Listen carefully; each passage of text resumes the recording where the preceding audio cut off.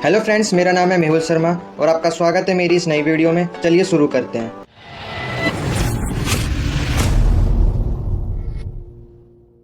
Hello दोस्तों, आज की इस वीडियो में हम देखेंगे जो आपका पेपर होने वाला है एनवायरमेंटल साइंस का, उसको मैं आपको समझाऊंगा कि कैसे पेपर आने वाला है, आपको कैसे कैसे क्वेश्चन करने हैं, कौन कौन से क्वेश्चन अटेम्प्ट करने हैं, कौन से नहीं करने हैं, है ना।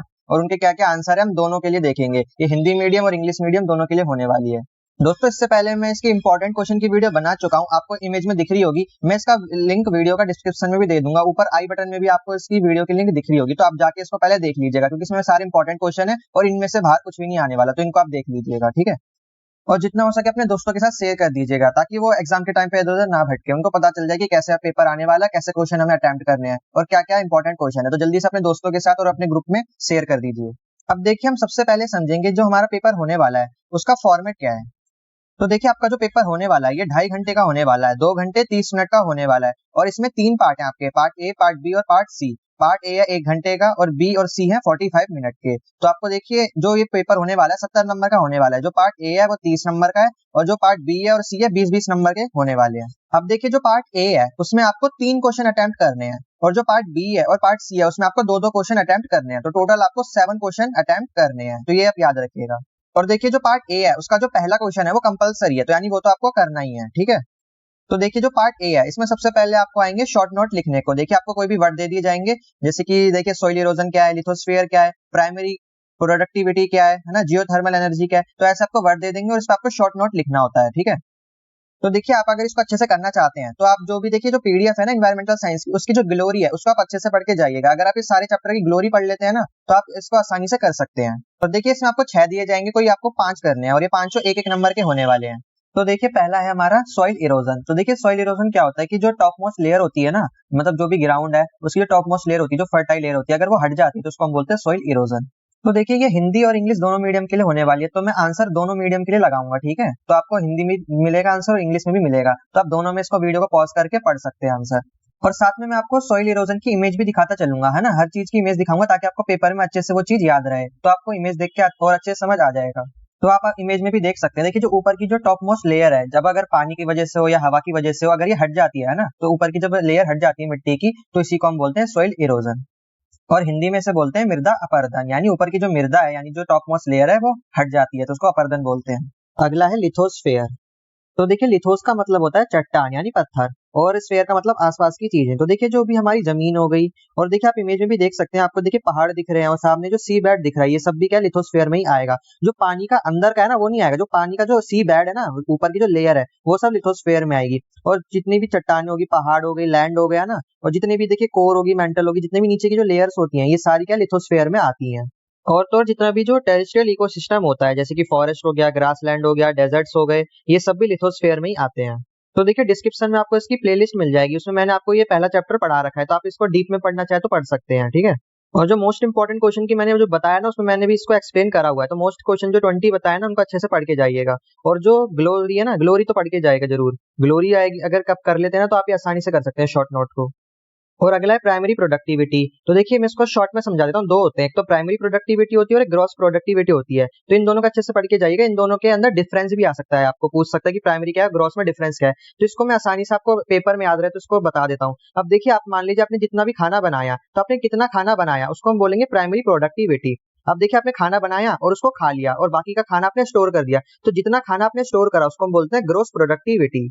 तो ये तो मैंने आपको समझाने के लिए एग्जांपल दिया। तो ये जो यूज होता है ये मोस्टली प्लांट के लिए यूज होता है। जो प्लांट है अपना फोटोसिंथेसिस करके खाना बनाता है, तो उसने कितना खाना बनाया उसको हम बोलते हैं प्राइमरी प्रोडक्टिविटी। और जब वो खाने को यूज कर लेता है ना, अपने पूरे अपने पत्तियों में, रूट में, स्टीम में भेज देता है, फिर बाकी का जो खाना वो स्टोर कर लेता है, तो जितना स्टोर करता है उसको हम बोलते हैं ग्रोस प्रोडक्टिविटी। तो ये दोनों का आप अच्छे से पढ़ के जाइएगा, इनके बीच में का डिफरेंस भी आ सकता है। और देखिए, हिंदी में प्राइमरी प्रोडक्टिविटी को हम बोलते हैं प्राथमिक उत्पादकता, और जो ग्रोस प्रोडक्टिविटी है उसको हम बोलते हैं सकल उत्पादकता। तो इन दोनों के बीच में अंतर आएगा। अगला है हमारा जियोथर्मल एनर्जी। इसको हिंदी में बोलते हैं भूतापीय ऊर्जा। तो देखिए क्या होता है, इसको आप डायग्राम की मदद से समझिए। तो देखिए नीचे क्या होता है, गर्म लावा होता है ना, गर्म पानी के स्रोत होते हैं ना। तो गर्म पानी से क्या होता है, भापें उठती हैं ऊपर की तरफ। तो जैसे हम इसको गड्ढा खोदते हैं या फिर है ना छेद करते हैं जमीन के अंदर, तो जो गर्म भाप होती है वो ऊपर आती है। तो भाप को हम क्या करते हैं, सीधा टरबाइन में भेज देते हैं। तो टरबाइन क्या होता है, जब भाप आती है बहुत ही ज्यादा प्रेशर से, तो टरबाइन क्या रोटेट करता है यानी घूमता है। तो जैसे ही वो टरबाइन घूमता है तो उससे क्या बिजली बन जाती है, और इसी बिजली को हम यूज कर लेते हैं। अब देखिए आप इमेज में भी देख सकते हैं, भाप गई ऊपर टरबाइन में, बिजली जनरेट करी, फिर ये जो भाप होती है ऊपर जाके, ये जो आप देख सकते हैं ये है ना कूलिंग टावर लगाए जाते हैं। आपने देखा होगा ऐसे कई टावर, ऊपर से क्या भाप निकलती रहती है ऐसे टावरों में से। तो ये क्या होती है, गर्म पानी के जो नीचे से भाप आ रही है वही भाप ये ऊपर चली जाती है, एटमॉस्फेयर में रिलीज हो जाती है। तो इससे क्या हम बिजली भी बना लेते हैं, वापस से जो गैस है इसको हवा में छोड़ देते हैं, या फिर जो इसको हम ठंडा करते हैं, तो ठंडा करने से इसका पानी हो जाता है, तो पानी को हम वापस से जमीन में भेज देते हैं। तो देखिए डायग्राम की मदद से समझाऊंगा तो आपको पेपर तक याद रहेगा, और आप इसका आंसर भी देख सकते हैं हिंदी और इंग्लिश मीडियम दोनों में। अब अगला है हमारा वर्मी कंपोस्टिंग, इसको हिंदी में बोलते हैं कर्मी रवाद। तो देखिए आप इमेज देख के समझ जाएंगे कि ये क्या चीज है। जैसे कि आप इमेज में देख सकते हैं, हम क्या करते हैं, जो भी वेस्ट होता है ना, हम उसको क्या करते हैं जमीन में रख देते हैं। तो उस पर कोई भी कीड़े मकोड़े हो गए, अर्थवॉर्म हो गया, तो उसको क्या वो डिकम्पोज करता है। तो जब भी हम ऐसा कोई वेस्ट है उसको डिकम्पोज करवाते हैं, तो उससे जो भी वो खाद वगैरह बच जाती है ना, काला काला आपको दिख रहा है, इसी को हम बोलते हैं वर्मी कंपोस्ट। तो देखिए वर्मी कंपोस्ट एक टाइप का ऐसा प्रोसेस है जिसमें क्या होता है, जो अर्थवॉर्म होता है ऑर्गेनिक मटेरियल को ह्यूमस में कन्वर्ट कर देता है। तो ये ह्यूमस क्या होता है, खाद ही तो होती है, तो ये ह्यूमस में बदल देता है, इसी को हम बोलते हैं, इस प्रोसेस को बोलते हैं वर्मी कंपोस्टिंग। और अगला है हमारा वेट लैंड। जैसे नाम से आपको पता चल रहा है, वेट मतलब होता है गीला और लैंड मतलब होता है जमीन। तो ऐसी जमीन जो गीली होती है, तो जैसे कि आप इमेज में भी देख सकते हैं, देखिए आपको ये जमीन दिख रही है, लेकिन इसमें बीच में क्या पानी भी आपको दिख रहा है। तो ऐसी जो जमीन होती है जिसमें क्या बहुत पानी पानी भरा हो रहता है जमीन पर, तो इसी को हम बोलते हैं वेट लैंड। तो देखिए ऐसा लैंड जो वाटर से कवर रहता है ना, चाहे वो सॉल्टी वाटर हो या फ्रेश वाटर हो, और या तो ये सीजनल भी हो सकता है या परमानेंटली भी हो सकता है ना। ये सीजनल क्या होता है, बारिश पड़ जाती है जमीन पे पानी भर गया, तो ये सीजनल भी हो सकता है या फिर परमानेंट भी हो सकता है। ठीक है, अब देखिए अगला हमारा क्वेश्चन है, ट्रू फॉल्स करने हैं हमें, और देखिए कंपलसरी आप इनको छोड़ नहीं सकते हैं, 5 दिए गए, पांचों के पांचों आपको ट्रू फॉल्स करने हैं। तो देखिए पहला क्या है, energy flow in an ecosystem is unidirectional. तो देखिए बोल रहा है कि जो एनर्जी का फ्लो होता है ना, एक से दूसरे में जब फ्लो होता है तो यूनिडायरेक्शनल होता है। तो इसका आंसर है यस, यानी ये ट्रू है। क्योंकि आप देखिए जैसे कि जो भी जानवर है, जैसे कि मान लीजिए खरगोश है, खरगोश को मान लीजिए कुत्ते ने खा लिया, तो कुत्ते के पास ये एनर्जी गई। ऐसा तो नहीं है कुत्ते ने खाया, कुत्ते की एनर्जी वापस प्लांट ने ले ली, ऐसा नहीं होता है ना। तो इसलिए जो ये एनर्जी का फ्लो होता है ना, ये यूनिडायरेक्शनल होता है, यानी एक ही डायरेक्शन में होता है। अब देखिए अगला है, tundra ecosystem has trees as the dominate producer community. तो देखिए इसका मतलब ये है कि जो टुंड्रा इकोसिस्टम होता है, वहाँ पे जो पेड़ होते हैं यानी उनका डोमिनेंट होता है, यानी बहुत सारे पेड़ होते हैं, तो ऐसा नहीं है। तो आप इसको देखिए इमेज की मदद से समझिए, आपको दिख रहा होगा, देखिए पहाड़ दिख रहा है आपको, छोटी मोटी घासें दिख रही है ना, फूल पत्तियां दिख रही हैं और पत्थर दिख रहे हैं। तो यहाँ पे आपको एक भी पेड़ नहीं दिख रहा, तो जहाँ पे भी एक भी पेड़ नहीं होता है ना, इसको हम बोलते हैं टुंड्रा सिस्टम, है ना, इकोसिस्टम। तो यहाँ पे इसका आंसर क्या हो जाएगा, फॉल्स, है ना, इसका आंसर फॉल्स हो जाएगा, क्योंकि यहाँ पे क्या ट्री का डोमिनेंस नहीं होता है। अगर ट्री की जगह ग्रास होता तो इसका आंसर ट्रू हो जाता है। ठीक है, अब अगला हमारा जो रिन्यूएबल एनर्जी होती है, क्या हम उसको कन्वेंशनल एनर्जी रिसोर्स भी बोल सकते हैं? तो इसका आंसर है फॉल्स, यानी नहीं बोल सकते हैं। तो देखिए आपको पेपर में कंफ्यूज करने के लिए ये ऐसे शब्द का यूज कर सकते हैं, मैं आपको पहले ही बता देता हूँ। Renewable energy non conventional energy होती है, और जो कन्वेंशनल एनर्जी होती है वो नॉन रिन्यूएबल एनर्जी होती है। अगर देखो आपको इमेज के थ्रू समझाऊं तो देखिए रिन्यूएबल एनर्जी क्या होती है, जैसे सोलर एनर्जी, विंड एनर्जी, है ना, तो ये क्या है, रिन्यूएबल है, हम इनको दोबारा रिन्यू कर सकते हैं। नॉन रिन्यूएबल कोयला फ्यूल हो गया। अब देखिए जो ये जो सोलर एनर्जी है, विंड एनर्जी है, ये क्या है, नॉन कन्वेंशनल है, और ये जो वो कोल हो गया, पेट्रोल हो गया, ये है कन्वेंशनल रिसोर्स। ठीक है, तो आई थिंक आपको समझ आ गया होगा, रिन्यूएबल यानी नॉन कन्वेंशनल और नॉन रिन्यूएबल यानी कन्वेंशनल। तो अगला है PM10 has larger diameter as compare to PM2.5। तो इसका आंसर है ट्रू। तो देखिए जो PM होता है इसको हम बोलते हैं पर्टिकुलेट मैटर, यानी कोई भी मैटर है ना, इसको हम एटम के लिए यूज करते हैं, तो उसका कितना साइज है, तो ये नीचे जो नंबर है उसका साइज है, डायमीटर बताता है। तो देखिए आप इमेज में भी देख सकते हैं, तो जो PM10 है उसका फुटबॉल का डायमीटर मान लीजिए, और जो PM2.5 है इसको आप एक क्रिकेट की बॉल का, गोल्फ बॉल जो होती है उसका डायमीटर मान लीजिए। तो अब इसमें पूछ रहा है जो PM10 है वो लार्जर है PM2.5 से, तो इसका आंसर है ट्रू, कि वो बड़ा है ना।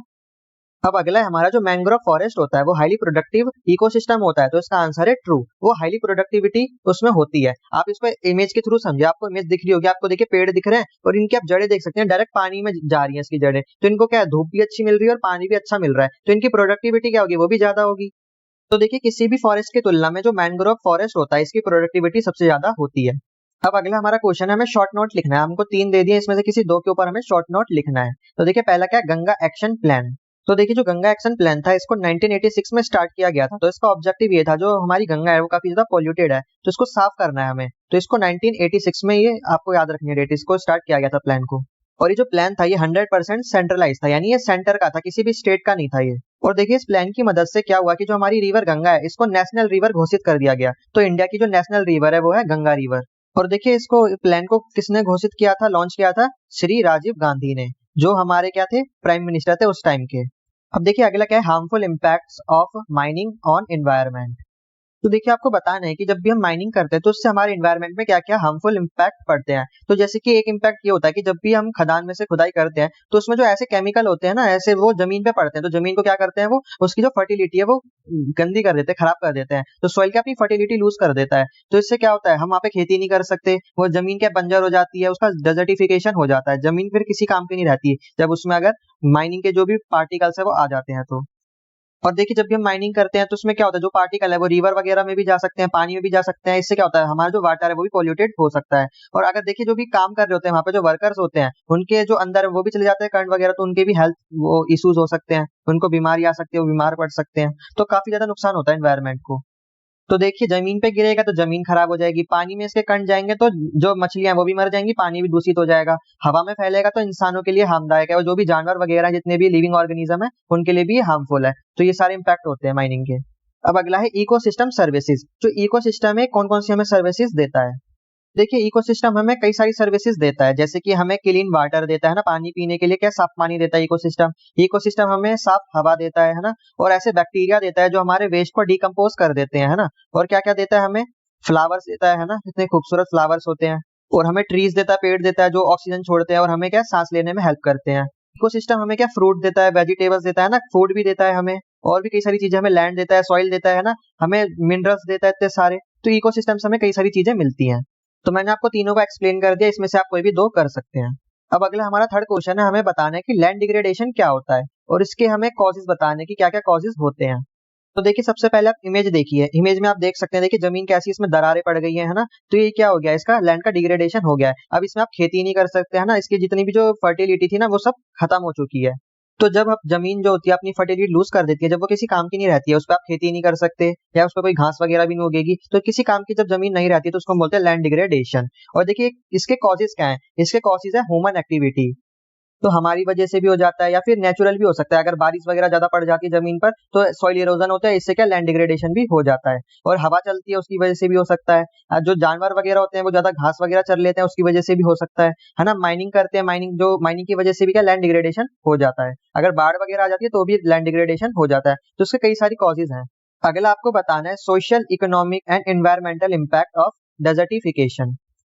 तो देखिए आप इमेज में भी देख सकते हैं, जब लैंड अपनी फर्टिलिटी खो देती है ना, सूखा पड़ जाता है, जब बारिश नहीं होती है, जब उसको पानी वगैरह कुछ नहीं मिलता, तो जमीन ऐसे हो जाती है, जब उसके सारे मिनरल्स खत्म हो जाते हैं, बिल्कुल रेगिस्तान की तरह हो जाती है वहां पे। फिर देखिए कोई भी पेड़ वगैरह नहीं उगता, घास वगैरह नहीं उगती। जो ये जो रेत होती है, पूरा जो लैंड है इसका जब डेजर्टिफिकेशन हो जाता है ना, तो इसी को प्रोसेस को बोलता है डेजर्टिफिकेशन।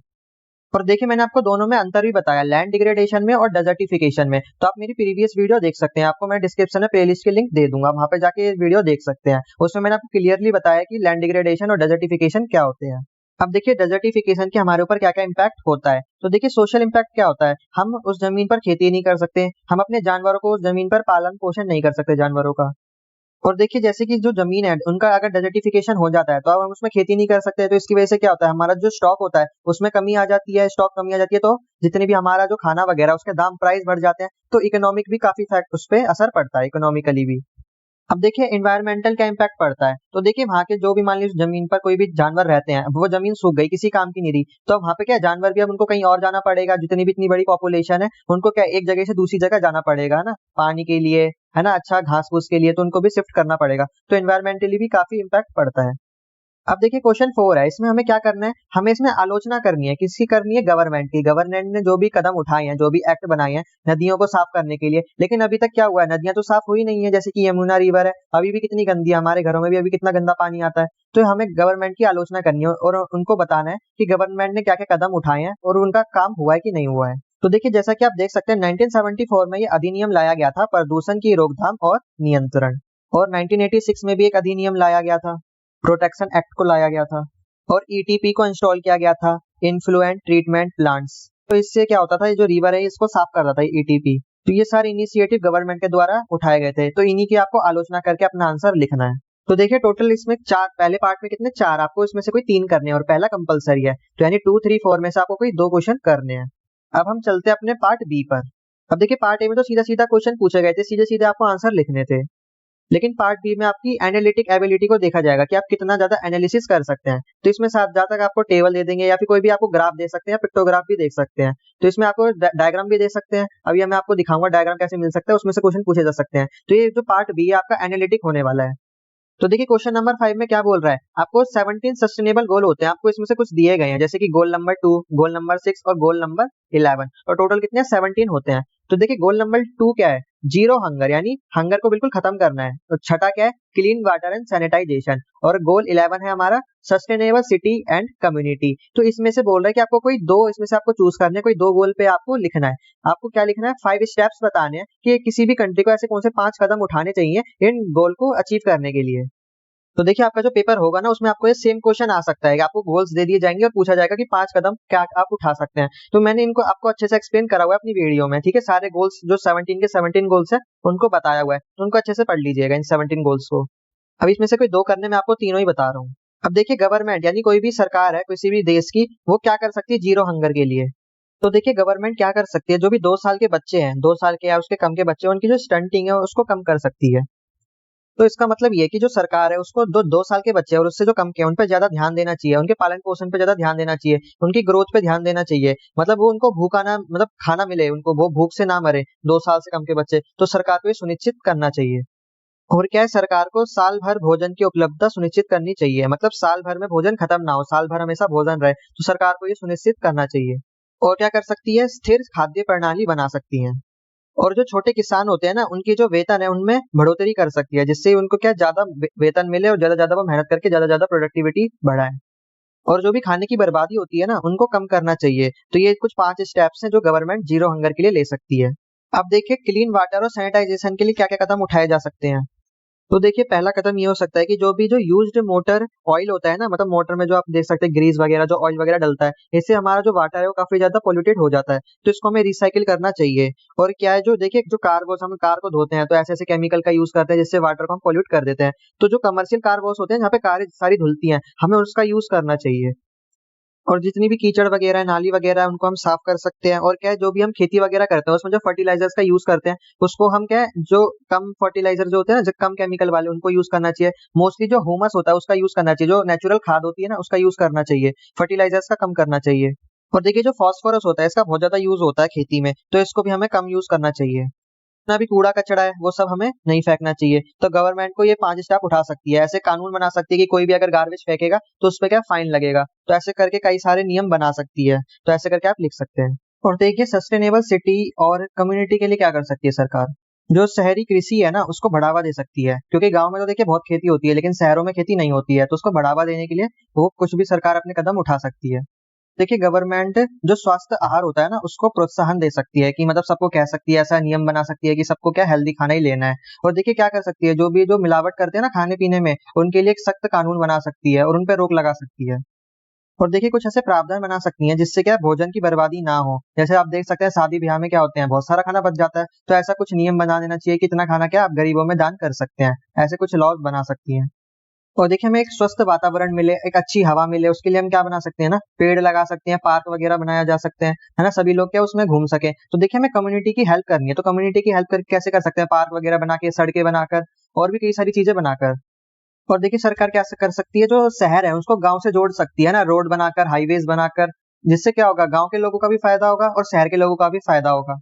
कैसे होगा, देखिए गांव के लोगों को क्या नौकरी मिल जाएगी, और जो शहर के लोग हैं उनको क्या काम करने के लिए मजदूर वगैरह हो गए या आदमी वगैरह हो गए, जो भी काम करने के लिए लेबर्स मिल जाएंगी। तो ये सारे 5 स्टेप्स थे, आप और भी लिख सकते हैं अपनी तरफ से, ठीक है। तो देखिए ये सस्टेनेबल वाला आप अच्छे से पढ़ के जाइएगा, 17 के 17 अच्छे से पढ़ के जाइएगा, इनमें से कोई से भी 2-3 आपको गोल दे दिए जाएंगे और पूछा जाएगा इनके ऊपर बताइए। देखिए 6th क्वेश्चन में क्या है, आपको एक टेबल दे दी गई है और कुछ क्वेश्चन पूछे जाएंगे, तो ऐसे ही आपको पेपर में भी क्वेश्चन आएगा, आपको टेबल दे दी जाएगी, कुछ क्वेश्चन उससे रिलेटेड पूछे जाएंगे। तो देखिए इसमें क्या बोला गया है कि आपको कोई भी एक कंट्री एज्यूम करनी है, कोई भी नाम की एक्स है, उसकी जो देखिए जो कोस्ट लाइन है वो काफी ज्यादा वास्ट है। देखिए कोस्ट लाइन क्या होती है, जहाँ पे समुद्र और जमीन मिलती है ना, वो जो जहाँ पे मिलती है उसी को हम बोलते हैं कोस्ट लाइन। तो देखिए कोई भी देश है उसकी जो कोस्ट लाइन है वो बहुत ही ज्यादा बड़ी है और इक्वेटर के पास है। या तो आप देखिए इंडिया को एज्यूम कर सकते हैं या अमेरिका को भी ले सकते हैं। अब देखिए आपको जो टेबल दी गई है ना, ये किसके ऊपर दी गई है? कोल कंजप्शन के ऊपर, यानी मतलब किस साल में कितना कोल का कंजप्शन किया गया है। तो देखिए 2011 में, 2012 में, 2013 में, और देखिए ये जो 50 से 80 है, देखिए मिलियन टन्स में है, यानी 2011 में 50 मिलियन टन की जो कोल का यूज किया गया है ना, कोयले का, और 2012 में 80 मिलियन टन का। तो ये करके आपको क्या है, टेबल दी गई है। अब देखिए इसमें क्वेश्चन कैसे पूछा जाएगा। पहला क्वेश्चन है आपको टाइम सीरीज प्लॉट बनाना है। तो देखिए होता क्या है, ये आप इमेज में देखिए, ये देखिए मैंने आपको एग्जांपल के लिए दिया गया है, ये इसका नहीं है, ये मैंने आपको एग्जांपल के लिए दिया है टाइम सीरीज प्लॉट। तो इसको बनाते कैसे, देखिए नीचे नंबर होते हैं, ऊपर भी साइड में नंबर होते हैं। तो ऐसे आपको इसमें बनाना है, जैसे कि आपको ईयर्स दिए गए ना, जैसे 2011-12, तो इसको आपको नीचे लिख लेना है, जैसे ईयर्स है ना, आपको ईयर्स लिख लेना है। देखिए अर्निंग की जगह पे आपको मिलियन टन वाला लिखना है। तो देखिए मिलियन टन में जैसे 50 से 80 है, तो आपको भी एक नंबर ले लेना, जैसे 50, फिर 100, फिर 200, फिर 300, फिर 400, ऐसे करके आप ये नंबर लिख सकते हैं। और फिर आप डॉट लगा के ऐसे लाइन खींचकर ये बना सकते हैं। तो बस हमें ये ग्राफ बनाना है, इसमें बताना है कि इतने साल में इतनी मतलब यूजेस हुआ है कॉल का, तो ये ग्राफ हमें शो करना है। तो ये कितने नंबर का? 3 नंबर का। अगला क्वेश्चन है, जो हम कोयले का यूज कर रहे हैं उसका समाज पर, आर्थिक और इन्वायरमेंटल यानी वातावरण पर उसका क्या असर पड़ेगा। हम जो कोयले का इतना यूज कर रहे हैं, तो सोशल, इकोनॉमिक और इन्वायरमेंटल हमें इम्पैक्ट बताना है। तो देखिए जैसे मैंने आपको ऊपर माइनिंग के ऊपर बताया था ना कि माइनिंग पे कैसे इंपैक्ट पड़ेगा, तो सेम चीज यहीं पर भी लागू होती है। तो जो कोल हम निकालते हैं, कोल कैसे निकालते हैं? माइनिंग करके निकालते हैं। हम माइनिंग करेंगे तो उससे क्या होता है? लैंड डिग्रेडेशन होता है ना। अब पानी में जाएगा तो पानी भी दूषित हो जाएगा, है ना। हवा में भी इसके कण फैल जाते हैं, तो इससे क्या हमारे लंग्स में जाएगा, ह्यूमन को भी कितना इफेक्ट पड़ेगा। और देखिए जब लैंड डिग्रेडेशन होगा तो देखिए क्रॉप वगैरह भी नहीं उगेंगी, जिससे क्या है, जो खाने पीने की जो चीजें वो महंगी हो जाएंगी। तो इकोनॉमिकली भी हमें क्या कितना इम्पैक्ट पड़ेगा। तो आप ऐसे करके लिख सकते हैं कि सोशल, इकोनॉमिक और इन्वायरमेंट पे क्या क्या असर पड़ेगा। और देखिए आप ये भी लिख सकते हैं कि जब भी हमें माइनिंग करते हैं तो इससे कई सारे लोगों को जॉब भी मिलती है, कम से कम 5 लाख लोगों को जॉब मिलती है। तो ये भी आप मेंशन कर सकते हैं। अगला बोला है कि सरकार ऐसे क्या क्या कदम उठा सकती है जिससे हम ग्रीन हाउस इमिशन को रोक सकते हैं। तो देखिए अगला क्वेश्चन बोला गया है कि सरकार ऐसे क्या क्या मेजर्स ले सकती है जिससे हम ग्रीन हाउस इमिशन को रोक सकते हैं। तो देखिए ग्रीन हाउस इफेक्ट क्या होता है, इसको मैंने अपने पिछले वीडियो में अच्छे से एक्सप्लेन किया है, तो उसको आप जरूर देखिएगा। तो देखिए कम बिजली यूज कर हम इसे रोक सकते हैं। देखिए हमें ऐसी बिजली को जनरेट करना चाहिए जिससे इमिशन ना हो, मतलब जो हीट ना छोड़ती हो एनवायरमेंट में। और हम जो खाना है ना हमारा, उसका जो भी वेस्ट वगैरह बच जाता है उसको हम श्रिंक कर सकते हैं, यानी मतलब हम ऐसी जो मशीन है, और आपने देखी होंगी जो एकदम से पूरी सारी चीजों को दबा देती है, आपने मशीनें देखी होंगी ना, मतलब इतने सारे कूड़े को एकदम छोटे कूड़े में कन्वर्ट कर देती है, मतलब दबा दबा कर। तो ऐसा हम इसको खाने को भी कर सकते हैं, मतलब खाने के वेस्ट को। तो देखिए हमें ऐसे मतलब ट्रैवल करना चाहिए जिससे हम ग्रीन हाउस गैसेस को ना रिलीज करें। देखिए जो ग्रीन हाउस गैसेस होती है ना, कार्बन, जिसमें भी कार्बन होता है, जैसे जिसमें क्लोरीन हो गया, कार्बन हो गया, उन गैसों को हम बोलते हैं ग्रीन हाउस गैसेस। तो देखिए ऐसी हमें ऐसे कारों में ऐसे ट्रैवल नहीं करना चाहिए जो कार्बन रिलीज कर रहे हो, ऐसी बस वगैरह। हमें जैसे इलेक्ट्रिक बस होती है उससे ट्रैवल करना चाहिए, है ना, जो प्रदूषण ना फैलाएं। तो पोल्यूशन से जो पोल्यूशन फैलाती है ना ऐसी गाड़ियां, जो काफी पुरानी गाड़ियां होती हैं। ऐसे तो सरकार को देखिए नियम भी बनाया गया है सरकार के द्वारा कि जो भी पुरानी गाड़ी है ना वो अब यूज नहीं कर सकते। तो ऐसे ऐसे सरकार क्या कदम उठा सकती है। और देखिए क्या कर सकते हैं, जो कार्बन डाइऑक्साइड है उसको हम एयर से टेक कर सकते हैं, यानी कम कर सकते हैं। कैसे? आपने देखा होगा ना, जो सिलेंडर होते हैं कार्बन डाइऑक्साइड के, जो सिलेंडर भर सकते हैं, तो हम क्या एनवायरमेंट से कार्बन डाइऑक्साइड को एब्जॉर्ब यानी टेक कर सकते हैं, ले सकते हैं कोई भी केमिकल रिएक्शन की मदद से। जैसे हम ऑक्सीजन सिलेंडर में ऑक्सीजन भरते हैं ना, वैसे हम कार्बन डाइऑक्साइड को एनवायरमेंट से कम कर सकते हैं। और देखिए एयर पोल्यूशन को आपको पता ही है हम क्या क्या कर सकते हैं एयर पोल्यूशन को कम करने के लिए, है ना। हम ऐसी कारों का यूज नहीं कर सकते जो प्रदूषण फैलाती हैं। हमें कम से कम क्या है, जो कार है ना उनका यूज करना चाहिए। तो जब भी आप कहीं भी स्टॉप पे रुकते हैं ना, जैसे कि रेड लाइट आती है, तो हमें इंजन बंद कर देना चाहिए, जिससे क्या इंजन चलता रहेगा तो और गैस निकलती रहेगी। तो ऐसे कई सारे तरीके हैं जिससे आप एयर पोल्यूशन को रोक सकते हैं। अब देखिए अगला क्वेश्चन है 7 क्वेश्चन। अब देखिए इसमें क्या आपको डायग्राम दिया गया है, तो जो 7 क्वेश्चन आपको आने वाला है इसमें कोई भी आपको डायग्राम दे देंगे और उसके ऊपर आपसे क्वेश्चन पूछे जाएंगे। देखिए आपको जो डायग्राम दिया गया है, किसका डायग्राम है? फूड वेब का। इसमें देखिए आपको फूड वेब दिया गया है, और इसमें देखिए पहला क्वेश्चन क्या पूछा गया है, इसमें पूछा गया है कि ये कौन से टाइप का इकोसिस्टम है। तो देखिए ये जो सिस्टम है ना इकोसिस्टम, ये है एक्वाटिक इकोसिस्टम। दो होते हैं, एक तो टेरेस्ट्रियल और एक एक्वाटिक। टेरेस्ट्रियल वो होते हैं जो जमीन पर होता है ना इकोसिस्टम, उससे हम टेरेस्ट्रियल इकोसिस्टम बोलते हैं। और देखिए अब इसमें देखिए सील आ गई, वेल आ गई, है ना, पैंगुइन आ गया। और देखिए प्लैंकटन, प्लैंकटन होता है जो समुद्र के अंदर जो प्लांट वगैरह होते हैं उनको हम प्लैंकटन बोलते हैं। तो देखिए कहाँ का इकोसिस्टम है, ये एक्वाटिक इकोसिस्टम है। अब देखिए अगला इसमें पूछा है कि आपको बायोटिक और अबायोटिक फीचर्स बताने इस इकोसिस्टम के। तो देखिए कौन सा इकोसिस्टम है ये? एक्वाटिक। तो एक्वाटिक में, बायोटिक में क्या आ जाएगा? वेल आ जाएगी, पैंगुइन आ जाएगा, सील आ जाएगा, और देखिए क्या जो कछुए वगैरह हो गए वो सब आ जाएंगे। जितनी भी समुद्र के जानवर है वो किस में आ जाएंगे? बायोटिक में आ जाएंगे। और अबायोटिक में क्या आ जाएंगे? जिसमें जान नहीं है। बायोटिक में जिसमें जान है। अबायोटिक में अब किस में जान नहीं है? जैसे वाटर हो गया, है ना, ऑक्सीजन हो गई, नाइट्रोजन हो गया, ये सब किसमें? वाटर के अंदर ही होते हैं। और देखिए जो वाटर के जो अंदर स्टोन वगैरह होते हैं, पत्थर वगैरह होते हैं, ये सब किस में आ जाएंगे? अबायोटिक में आ जाएंगे। तो ऐसे करके आप लिस्टेड कर सकते हैं, नाम लिख सकते हैं। अब देखिए आपको क्या करना है, आपको पिरामिड बनाना है, pyramid of number, pyramid of biomass और पिरामिड ऑफ एनर्जी। ये तीनों भी मैंने अपनी पिछले वीडियो में आपको अच्छे से एक्सप्लेन किए हैं। तो देखिए इनका अब देखो कैसे बना सकते हैं। पिरामिड होते हैं, इसमें आपको एनिमल के आप नाम लिख सकते हैं, आपको डायग्राम बनाने की जरूरत नहीं है। जैसे मैं आपको इमेज में भी दिखा रहा हूँ, आप जैसे इमेज में देख सकते हैं, जैसे कि आपको ये पिरामिड दिख रहा होगा। तो अब आपको ऐसे 3 पिरामिड बनाने हैं, और ये जो ऊपर की जो डायग्राम दिया गया ना, इसमें से आपको कोई भी एक चेन उठानी है, उसके ऊपर ये डायग्राम बनाना है। देखिए एक चेन हम कैसे उठा सकते हैं। देखिए पहले क्या हो जाएगा, प्लैंकटन। प्लैंकटन को किसने खाया, पेंगुइन ने। पेंगुइन को किसने खाया, सील ने। ठीक है, तो ये क्या होगी, हमारी एक चेन हो गई। तो अब देखिए आपने एक पिरामिड बनाया, तो सबसे पहले देखिए नीचे क्या है, आपको नंबर से स्टार्ट करना है। तो सबसे ज्यादा क्या होंगे, पहले प्लैंकटन होंगे, क्योंकि इनकी संख्या ज्यादा होगी। अब देखिए इनके ऊपर क्या आएगा, पेंगुइन आएगा, क्योंकि पेंगुइन की संख्या इनसे क्या, प्लांट से कम होगी। अब पेंगुइन के ऊपर क्या आ जाएगा, सील, क्योंकि जो सील की संख्या होती है वो पेंगुइन से भी कम होती है। तो इसी को हम बोलते हैं पिरामिड ऑफ नंबर। इसमें नंबर किसके ज्यादा होते हैं वो पहले आएगा, फिर जिससे कम होते हैं वो उसके ऊपर, फिर उससे कम उसके और ऊपर। तो ऐसे करके आप पिरामिड बना सकते हैं। देखिए जो पिरामिड ऑफ बायोमास है, ये आप इन्वर्टेड बनाएंगे, यानी उल्टा बनाएंगे। देखिए अब सबसे पहले देखिए क्या आएगा, इसमें बायोमास में मास की बात कर रहे हैं। तो देखिए सबसे पहले क्या है, प्लैंकटन। प्लैंकटन का जो मास है वो सबसे कम होगा। फिर सबसे ज्यादा किसका होगा, पेंगुइन का मास ज्यादा होगा। पेंगुइन से ज्यादा किसका होगा, सील का मास ज्यादा होगा। तो इसको आप इन्वर्टेड यानी उल्टा बनाएंगे, सबसे पहले प्लैंकटन, फिर पेंगुइन और फिर सील। तो ऐसा करके बायोमास का बन जाएगा। अब अगला है एनर्जी। तो देखिए एनर्जी तो हमेशा अपराइट बनती है, यानी सीधा बनता है, ट्रायंगल। देखिए सबसे पहले क्या आएगा, इसमें प्लैंकटन आ जाएगा। अब देखिए आपको ये रूल पता होना चाहिए, 10% ही एक लेवल से दूसरे लेवल पे सिर्फ 10% एनर्जी ही जाती है। तो प्लैंकटन को किसने खाया, पेंगुइन ने। तो पेंगुइन, मान लीजिए प्लैंकटन में कितनी 10,000 कैलोरीज थी, तो अब उसको कितनी मिली, पेंगुइन को सिर्फ 1,000 मिली। अब उसको किसने खाया, सील ने खाया, तो उसको कितनी कैलोरीज मिलेंगी, सिर्फ 100 कैलोरीज मिलेंगी। तो 10% मिलेगी। ठीक है, इसको मैंने अपनी पिछली वीडियो में अच्छे से और एक्सप्लेन किया है और एग्जांपल के साथ बताया है, तो उसको आप जरूर देखिएगा। देखिए ये तो आपको एक्वाटिक पे आया, लेकिन पेपर में आपको टेरेस्ट्रियल भी दे सकते हैं। आपको क्या है, शेर दे देंगे, चीता दे देंगे, घास फूस दे देंगे, रैबिट दे देंगे, टेरेस्ट्रियल पे भी दे सकते हैं। तो आपको टेरेस्ट्रियल का भी पता होना चाहिए कि उसको कैसे बनाया जाता है। यहीं पे हमारा पार्ट बी खत्म होता है। 3 में से आपको कोई 2 क्वेश्चन करने हैं। अब है हमारा पार्ट सी। अब सी में क्या, 8, 9, 10 क्वेश्चन, इसमें से भी आपको कोई 2 क्वेश्चन करने हैं। अब देखिए क्वेश्चन 8 में क्या बोल रहा है, आपको कुछ ऐसे नए एनर्जी के सोर्स फाइंड करने हैं जो आने वाली हमें क्या डेकेड्स में यूज कर सकते हैं। तो देखिए जैसे कि सोलर विंड है। अब देखिए सोलर एनर्जी से कंपेयर मत कीजिएगा, वो देखिए सोलर विंड क्या होती है, धूप से चलने वाली हवा। अब आप ज्यादा साइंस में मत घुसिएगा कि आपको बोलेंगे कि धूप से कैसे हवा चल सकती है। तो देखिए ये अभी न्यू सोर्स है। और देखिए अगला क्या है हमारा, अलगी बायोफ्यूल। देखिए आपको अलगी तो पता होगा, देखिए पानी में क्या एल्गी फैली रहती है ना, हर जो हरी हरी फैली रहती है, उससे हम क्या बायोफ्यूल बना सकते हैं। तो ये भी एक नया सोर्स है। अगला क्या है, बॉडी हीट। अब देखिए हमारा शरीर क्या है, गर्म रहता है, हम अपनी शरीर की गर्मी का भी हम इस्तेमाल कर सकते हैं एनर्जी बनाने में। तो ये भी हमारा न्यू रिसोर्स है। अगला है बायो एल्कोहल। तो हम देखिए बायो एल्कोहल की भी मदद, जैसे हम पेट्रोल का यूज करते हैं ना, ऐसे हम एल्कोहल का भी यूज करके हम क्या गाड़ी वगैरह चला सकते हैं। तो ये भी एक नया रिसोर्स है। अगला है डांस फ्लोर एनर्जी। तो देखिए आप सोच रहे होंगे कि भला नाचने के फ्लोर से कैसे एनर्जी बन सकती है। देखिए बन सकती है। तो जैसे कि आपको इमेज में दिख रहा होगा, आपको देखिए डांस फ्लोर पे देखिए जो ब्लॉक दिख रहे हैं ना, जब भी कोई इस पे नाचेगा अपने पैर से क्या फोर्स लगाएगा, तो इसके नीचे क्या है, अब कुछ ऐसा मैकेनिज्म होता है जो हमारी फोर्स से क्या एनर्जी बनाता है ना, इलेक्ट्रिकल एनर्जी बनाता है। तो इसका भी हम यूज कर सकते हैं एनर्जी बनाने में। अगला है जेलीफिश। तो देखिए जेलीफिश के अंदर भी एक टाइप की ऐसी इलेक्ट्रिसिटी होती है, आपने ईल मछली सुना होगा, वो भी क्या इलेक्ट्रिक, उसके अंदर बिजली होती है। तो उसका भी हम यूज कर सकते हैं हम एनर्जी बनाने में। तो ऐसे कई सारे न्यू रिसोर्सेज होते हैं कि हम सभी जानते हैं कि जो इकोसिस्टम है और जो बायोडायवर्सिटी है वो हमारे लिए कितनी ज्यादा जरूरी होती है। तो इसको रिस्टोर करना, उसकी हमें इंपॉर्टेंस बतानी है कि हम जब इकोसिस्टम को रिस्टोर करते हैं, बायोसिटी को कंजर्व करते हैं, तो ये हमारे लिए कितना ज्यादा इंपॉर्टेंट है और ये हमारे कल्चर के लिए कितना ज्यादा इंपॉर्टेंट है। तो देखिए इकोसिस्टम को रिस्टोर करना हमारे लिए काफी ज्यादा जरूरी है। इससे क्या होता है, एक इकोलॉजिकल बैलेंस बना रहता है। और इससे क्या होता है, जो हमारा एनवायरनमेंट है वो भी पोल्यूशन फ्री होता है। अगर हम पेड़ वगैरह लगाएंगे, हमारा इकोसिस्टम बचाएंगे ना, तो इससे क्या है, जो हमारा पोल्यूशन है वो भी कम होगा। और देखिए जितनी भी स्पीसीज है ना, जितने भी एनिमल्स हो गए जो उस इकोसिस्टम में रहते हैं, तो उनके जीवन में भी काफी ज्यादा सुधार होगा।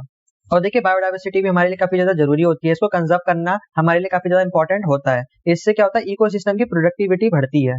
प्रोडक्टिविटी मतलब है उत्पादकता। एग्जाम्पल के लिए समझाऊं तो मान लीजिए कोई भी गाय वगैरह है ना, कोई भी फल वगैरह खाती है, खाने के बाद उसके बीज कहीं और गिरा देती है, वहां पे क्या प्लांट उग जाता है। तो इससे क्या है, प्रोडक्टिविटी तो बढ़ रही है ना, और प्लांट उड़ रहे हैं। तो ये जो स्पीसीज है ना, बायोडायवर्सिटी में क्या स्पीसीज ही तो आती है, जितने भी जानवर हो गए, छोटे छोटे जानवर, बड़े बड़े जानवर, तो ये क्या करते हैं, इकोसिस्टम की प्रोडक्टिविटी को इंक्रीज करते हैं। तो देखिए अगर हम बायोडायवर्सिटी को कंजर्व करते हैं, इकोसिस्टम को बचाते हैं, तो हमें हमारे लिए कई सारी मेडिसिन भी मिलती हैं और नई नई मेडिसिन हम डिस्कवर कर सकते हैं और नेचुरल ब्यूटी बनी रहेगी। और देखिए अगर हम इनको कंजर्व करते हैं और रिस्टोर करते हैं, तो हमें कई ज्यादा इकोनॉमिक बेनिफिट्स भी हो सकते हैं। और जो भी हमारा वेस्ट है ना, वो भी डिकम्पोज हो सकता है ना। जैसे इकोसिस्टम होता है, उसमें कई सारे ऐसे माइक्रो ऑर्गेनिज्म होते हैं जो हमारे वेस्ट को डिकम्पोज कर देते हैं। तो इससे क्या पोल्यूशन भी कम होता है। तो कई सारे फायदे हैं हमारे, तो इस ऐसा करके आप इस आंसर को कर सकते हैं। अब हमारा अगला क्वेश्चन है और लास्ट क्वेश्चन है, discuss the various methods of hazardous waste segregation and management, और हमें इसके मेरिट्स और डिमेरिट्स बताने हैं। तो देखिए जो हैजार्डस वेस्ट है ना, ये बहुत ही ज्यादा खतरनाक वेस्ट होता है, ये हमें काफी ज्यादा नुकसान पहुंचा सकता है। जैसे कि न्यूक्लियर वेस्ट होता है, उसी को हम हैजार्डस वेस्ट भी बोलते हैं। कई ऐसे केमिकल हो गए खतरनाक खतरनाक जिससे हमें वो काफी ज्यादा नुकसान पहुंच सकता है। तो ऐसे जो भी वेस्ट जो हमें काफी ज्यादा बीमार कर सकते हैं या इवन हमारी डेथ भी हो सकती है ऐसे वेस्ट से, तो ये सब इसमें आ जाएंगे हैजार्डस वेस्ट में। तो इसको हम कैसे प्रिवेंट कर सकते हैं और कैसे मैनेजमेंट कर सकते हैं, तो इसके बारे में हमें बताना है। और हमें जो हम मैनेज कर रहे हैं, इसका जो मैनेज करने का तरीका है, वो उसके क्या फायदे और क्या नुकसान है, वो बताना है। अब देखिए जो खतरनाक वेस्ट है ना, इसका कैसे प्रावधान यानी मैनेजमेंट किया जाता है। सबसे पहले कलेक्शन किया जाता है, यानी इकट्ठा किया जाता है सारे वेस्ट को। फिर इसका ट्रीटमेंट किया जाता है, इसका इलाज किया जाता है ना, इसको नॉर्मल बनाया जाता है हमारे एनवायरनमेंट के लिए और हमारे लिए। फिर इसको डिस्पोजल के लिए भेज दिया जाता है, डिस्पोज यानी कंपोज कर दिया जाता है इसका सारा, इसको वो कर देते हैं, खत्म कर देते हैं। तो देखिए बोल रहे हैं जो खतरनाक वेस्ट होता है ना, ये सॉलिड फॉर्म में भी हो सकता है, लिक्विड फॉर्म में भी हो सकता है, गैस की फॉर्म में भी हो सकता है। जैसे गैस की फॉर्म में क्या हो गया, जैसे कि कोई भी केमिकल वगैरह होता है गैस की फॉर्म में, वो काफी ज्यादा खतरनाक है। अगर वही केमिकल लिक्विड में मिल जाते हैं, पानी में मिल जाते हैं, तो भी खतरनाक है। और जमीन पे सॉलिड फॉर्म में भी हमारे लिए खतरनाक होते हैं। तो ये सब आप वेस्ट लिख सकते हैं। तो देखिए सारा वेस्ट मेनली कहाँ से आता है, जो भी मैन्युफैक्चरिंग कंपनीज होती है ना, फैक्ट्रीज वगैरह होती हैं, जो बड़ी बड़ी इंडस्ट्रीज होती हैं, ये सारा वहां से आता है। आपने देखा होगा जो न्यूक्लियर प्लांट होते हैं, वहां से क्या न्यूक्लियर वेस्ट निकलता है। तो सबसे ज्यादा खतरनाक क्या होता है, न्यूक्लियर वेस्ट होता है। उससे क्या हमारे आसपास क्या हो जाता है, रेडिएशन फैल जाती है ना। आपने देखा होगा न्यूक्लियर प्लांट में आग लग जाती है या फिर उसमें ब्लास्ट हो जाता है, तो आसपास के इलाके में क्या हो जाता है, वो फैल जाता है, रेडिएशन फैल जाता है। तो ये हमारे लिए काफी ज्यादा नुकसानदायक होता है। तो देखिए ये जो खतरनाक वेस्ट है, इसके कुछ टाइप दिए गए हैं, जैसे कि solvent waste, metal finishing waste, dioxin contaminated waste, wood preserving waste, waste from petroleum refinery. तो ये सारी जितने भी वेस्ट है हमारे लिए हार्मफुल है। और ये आप डायग्राम भी पेपर में बना सकते हैं, आपको डायग्राम दिख रहा होगा ना, इसमें सब बताया गया है कौन सा हमारे लिए नॉन हैजर्ड वेस्ट है और कौन सा हैजर्डियस वेस्ट है। तो ये सारा आप लिख सकते हैं पेपर में।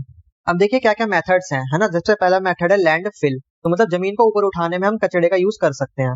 अगला है भस्म कर देना, यानी जो भी वेस्ट है ना जिसको हम यूज नहीं करते, उसको हम जला के खत्म कर सकते हैं, भस्म कर सकते हैं। इसी को हम बोलते हैं इंसिनरेशन। अगला है वेस्ट कॉम्पैक्शन। तो देखिए कॉम्पैक्शन का मतलब होता है दबाना किसी भी चीज को। देखिए इतनी सारा कूड़ा होता है, उसको अगर हम दबा के छोटा कर देते हैं ना, तो इसी को हम बोलते हैं कॉम्पैक्शन। यानी बड़े जब कूड़ा के ज्यादा एरिया घेरता है, तो उसको हम दबा के छोटा कर देते हैं। तो आपने ऐसी मशीनें भी देखी होंगी, बहुत बड़ी बड़ी मशीन होती है जिसमें एक बार में कूड़ा भर दिया जाता है और उसमें वो दबा के फोर्स लगा के सारे उस कूड़े को छोटा कर देता है। अगला है बायोगैस जनरेशन। अब देखिए आपने सुना होगा जितना भी वेस्ट होता है उसको हम क्या करते हैं, उसका दबा के मिट्टी के अंदर, फिर वो कुछ दिनों बाद सड़ जाता है। तो जब वो सड़ जाता है ना, उसमें से गैस निकलती है, उसी को हम बोलते हैं बायोगैस। फिर उसका हम यूज कर सकते हैं खाना वाना बनाने में, या फिर उसका यूज हम फ्यूल की तरह भी कर सकते हैं। अगला है कंपोस्टिंग। तो देखिए इसमें क्या होता है, जो भी हमारा वेस्ट है उसको हम जमीन के अंदर गाड़ देते हैं। जमीन के अंदर गाड़ने से क्या होता है कि वो डिकम्पोज होने लगता है और फिर क्या होता है, वो एक खाद के रूप में बन जाता है। फिर उसको हम पेड़ों में दे सकते हैं। और आखिरी है वर्मी कंपोस्टिंग, जिसको मैं आपको पहले भी समझा चुका हूँ। मतलब इसमें क्या होता है, अर्थवर्म को छोड़ दिया जाता है वेस्ट पे, फिर वो इसको खाद के रूप में बदल देता है। इसके कुछ एडवांटेज है, डिसएडवांटेज है, चलिए इसको देखते हैं। तो पहले का एडवांटेज, अब देखिए हम जो इसको मेथड को यूज करते हैं ये काफी ज्यादा लाभदायक होता है, तो इसका एडवांटेज है। तो देखिए ऐसा करने से जो हमारा एनवायरनमेंट है वो साफ रहता है और फ्रेश रहता है, और इससे हमारी अर्थ भी सेफ रहती है, और इससे हम एनर्जी को भी कंजर्व करते हैं। और अगर हम ऐसा करते हैं तो इससे क्या है, हमारा पोल्यूशन भी कम होता है ना, हमारा एनवायरमेंटल पोल्यूशन भी इससे रिड्यूस होता है। इसके देखिए कुछ डिसएडवांटेजेस भी हैं। देखिए ऐसा जरूरी नहीं है कि हम जितने भी प्रोसेसेस कर रहे हैं ये सारे कॉस्ट इफेक्टिव हो, क्योंकि इसमें काफी ज्यादा खर्चा भी आ जाता है डिकम्पोजिशन करने में। जैसे कि आपको पता है ना, जैसे बड़ी बड़ी मशीनों का यूज होता है दबाने में कूड़े को, तो ये मशीनें काफी ज्यादा कॉस्टली होती हैं। जैसे पानी वगैरह को प्यूरिफाई किया जाता है तो उसका मैकेनिज्म भी काफी ज्यादा कॉस्टली होता है। तो मतलब हर चीज को साफ करने में भी काफी ज्यादा पैसों का यूज होता है। अब देखिए जब भी आप इसको रीयूज करते हैं किसी भी वेस्ट को, लेकिन उसका जो लाइफ होती है ना काफी ज्यादा शॉर्ट होती है, तो ये भी एक डिसएडवांटेज है। जैसे कि प्लास्टिक की बोतलें होती हैं, अगर आप उसको रीयूज करते हैं तो ज्यादा टाइम तक वो चलेंगी नहीं। अगर आप उसमें पानी भरेंगे तो आपका पानी भी दूषित हो सकता है। और अगला डिसएडवांटेज है, क्योंकि अभी देखिए ये काफी लो लेवल पर है ना, इसको अगर हमें वेस्ट को पूरी तरह साफ करना है तो हमें ग्लोबल लेवल पे बहुत सारे देशों को इसमें शामिल करना होगा। अगला डिसएडवांटेज ये है कि जब भी ये इसको हम करते हैं ना, खत्म करते हैं किसी भी वेस्ट को, तो ऐसी जो साइट्स होती हैं काफी खतरनाक होती हैं। जैसे कि देखिए न्यूक्लियर वेस्ट होता है, उसको जब हम डिस्पोजल करते हैं तो वो जो साइट है ना, यानी जहाँ पे न्यूक्लियर प्लांट है, तो काफी ज्यादा खतरनाक है। तो ऐसे क्या लोगों की जो जान है वो भी खतरे में आती है। जैसे कि मान लीजिए जहाँ पे कूड़े को दबाया जाता है तो वहाँ पे बहुत ज्यादा खतरा होता है कहीं इंसान ही दब जाए उसके बीच में, है ना। तो चलो यहीं पर अब ये खत्म होता है कि आपका सेम ऐसे ही पेपर आने वाला है, मतलब सेम ये क्वेश्चन तो नहीं आएंगे लेकिन सेम ऐसे ही क्वेश्चन आपको आने वाले हैं पेपर में। तो अब मैं आपको पहले भी बोल चुका हूँ, फिर भी बोल रहा हूँ, मैंने जो मोस्ट इंपोर्टेंट क्वेश्चन की वो वीडियो बनाई है ना, उसको जरूर देख लीजिएगा प्लेलिस्ट में जाके। मैं डिस्क्रिप्शन में आपको लिंक दे दूंगा। अगर आप उसको कर लेते हैं तो आप आसानी से पास हो सकते हैं। और ग्लोरी जरूर पढ़ के जाइएगा। तो आज के लिए बस इतना ही। अगर ये वीडियो आपके लिए हेल्पफुल है तो प्लीज चैनल को सब्सक्राइब कर लीजिए और वीडियो को जितना हो सके उतना शेयर कीजिए। अपने दोस्तों को अपने ग्रुप में जल्दी से शेयर कर दीजिए ताकि पेपर से पहले वो इस वीडियो को जरूर देख सके, ठीक है। और लाइक करना ना भूलिएगा, ठीक है। लाइक कर दीजिए जल्दी से इसको। तो पेपर के लिए ऑल द बेस्ट। मैं मिलता हूँ आपको इसकी नेक्स्ट वीडियो में, तब तक के लिए जय हिंद।